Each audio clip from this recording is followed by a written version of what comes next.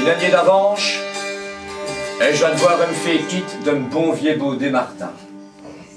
Ça fait qu'un jour, avant que le jour fût levé d'ailleurs, avant le piquet du jour, parce qu'il a une longue trotte, une longue route à faire, il se met en route et il quitte le village de Tambrise pour aller se cocher à Binche. Parce qu'à cette époque-là, à Binche, il y avait une foire au Baudet. Vous pouviez aller d'où là, vendre vos vieux Baudets et il y a un racaté à un doué. Chaffé qui fait tous les kilomètres qu'il a fait pour aller à Binche. Là, il arrive et il est à peine arrivé dans les rues de Binche, comme il a Brahma du bagou qui sait bien attirer les gens avec un bon image. Il y a bien tout un attroupement de gens autour de lui et il montre ce Baudet, il dit c'est un vieux Baudet mais il peut qu'on rende bien des services. Mais lui, je dois faire des centaines et des centaines de kilomètres sur l'année et il ne me servira plus malheureusement, il est trop vieux pour le kerch que je mets sur ce dos.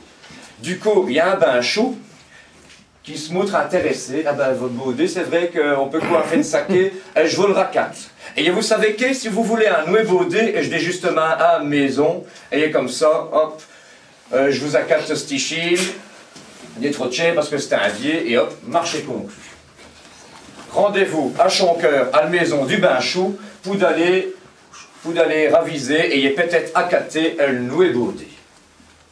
Et c'est ainsi que le marquis, il voit s'éloigner ce bon vieux Martin, au bout d'un cordio, mené pour Binchot.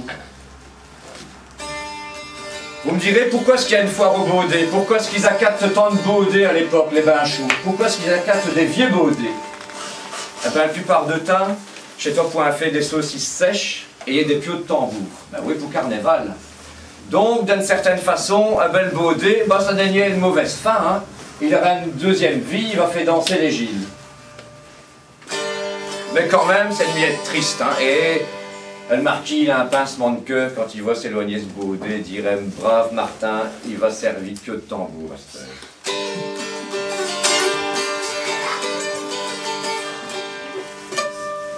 Mais bon, la vie continue, les affaires continuent. Comme il a fait une bonne journée, qu'il a quand même vendu à un bon prix le Baudet, il se trouve à une bonne auberge. Là, il mange un saké parce qu'il a fait manger un cancho de pain et un oignon pour le route. Et il mange bien, il dîne, il boit un coup là-dessus, il boit un coup pour se consoler d'avoir perdu ce bon vieux Baudet, il boit un coup à la santé du nouveau Baudet tout jaune, tout fringant, qui va bientôt accater. Il boit un coup pour se mettre en appétit, il boit un coup à mangeant, il boit un coup tout foncé. Et puis un quatrième coup pour le plaisir, et il y a quoi un autre parce qu'il est obligé. Hein?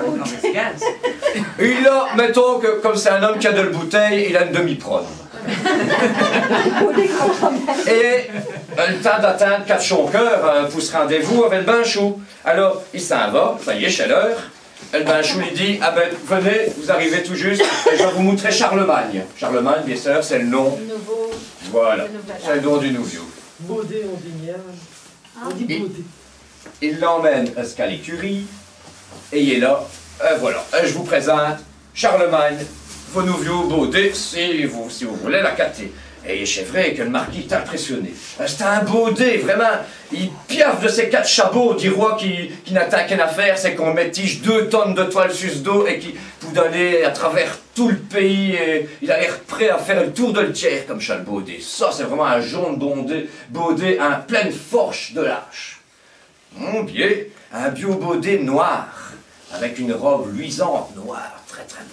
Et tellement animé, tellement fort qu'on dirait qu'il va raquer des pètes de feu, des étincelles pour Nazio.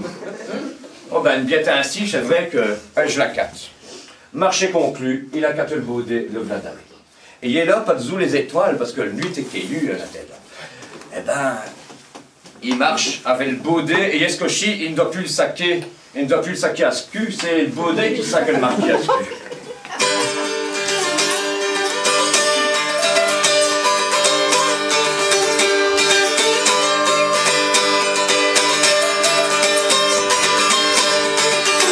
Eh ben Fadjo, il avait un Baudet comme ça, et j'en fais le tourner 4 copirotes qu'avant.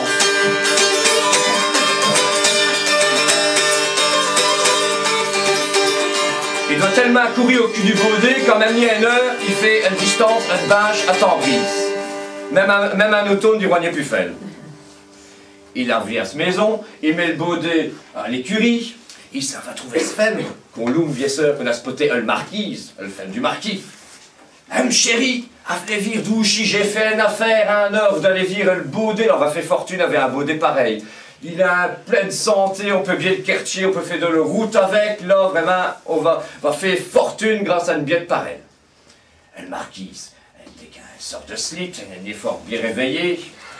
Quelle idée de dire un vieux à cette heure-là, quoi, par nuit. Hein? Elle décasque à l'écurie, elle ravise le baudet et dit, mais, chez Martin, ma fin femme, hein? Remettez vos yeux en face de votre trou, hein? Martin, j'ai-toi un âne gris, et je vous montre un baudet tout jaune, tout noir, noir comme le carbone, et vous pensez que chez Martin, il faut vous réveiller une millette, il faut vous déravier. Ouais, tel. Il passe le doigt sur le pied du baudet. Avec une boîte de tirage, on peut canger un baudet gris, un baudet noir, hein. Bah ouais, mais t'as vu le santé qu'il a? Il raque le feu pour Nazio. C'est tout juste il y a des étincelles, pas de ces chabots, tu l'as revu tracher? Ouais, mais attention que le marquis il est futé, mais le marquise, elle est vraiment plus futée. Et elle a un bon nac, elle a un bon flair. Ça fait qu'elle lève le queue du baudet. Ça sent le poivre. Ouais. Et une pinchie de poivre, pas de le queue du baudet, ça le fait d'aller. Ça le fait d'aller pendant quelques heures, mais demain, il ne sera plus dans le même état, il sera moins fringant. Si on doit faire marcher nos martins avec un livre, qu'on doit cater un livre de poivre tous les mois, ça va être une ruine. Surtout à l'époque, le poivre, c'est pas cher, quoi. Un livre de poivre, c'est au prix de l'or, ça, presque. Mais c'est impossible.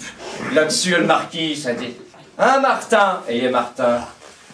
Enfin, Martin ou Charlemagne. Il se retourne sur le marquis, il se dit « Ah, ah, ah !» Ouais, monsieur, ouais. Il a le code de Charlemagne, mais c'est le voix de Martin, je la reconnais bien. Ouh, petit le marquis, donnons un olite, on va se reposer une millette, et demain on verra plus clair, au grand jour. Et le lendemain, au grand jour, il a vraiment vu clair. Surtout que Sven, Poubier, a enfoncé le clos, elle s'est levée une miette avant lit et la voit passer au chiffon et sacrer tout le cirage. Et c'est ainsi que ce matin-là, le marquis, il a retrouvé un vieux baudet tout gris, et il est tout scrand, il est tout vieux, il est informe, ce bon vieux Martin. Chaque fois que je joue là, ben, il a fait se tourner avec Martin.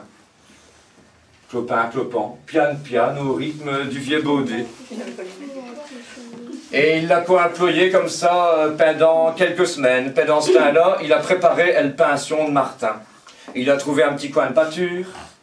Et Martin, devenu trop faible, ben, il a fait sa retraite dans une pâture là. Au lieu de servir de pieu de tambour pour les Gilles de Binche. Ce n'est plus mot pour lui quand même. C'est une belle fin pour Martin. Et il a capté un baudet à un campenaire. Parce qu'il n'a plus jamais voulu d'aller à Binche au marché à Baudet après ça. Il a tout dit, je ne sais pas pourquoi, ou ardé un dent contre les Binchous. Et cette histoire-là, bien sûr, vous vous doutez bien que le marquis ne s'en y est vanté de ça. Il ne s'en y est vanté, il s'est même juré de ne jamais raconter ça à personne. Mais SFM, elle marquise, elle n'avoir juré à personne. Hein? Et c'est grâce à elle qu'on connaît cette histoire-là.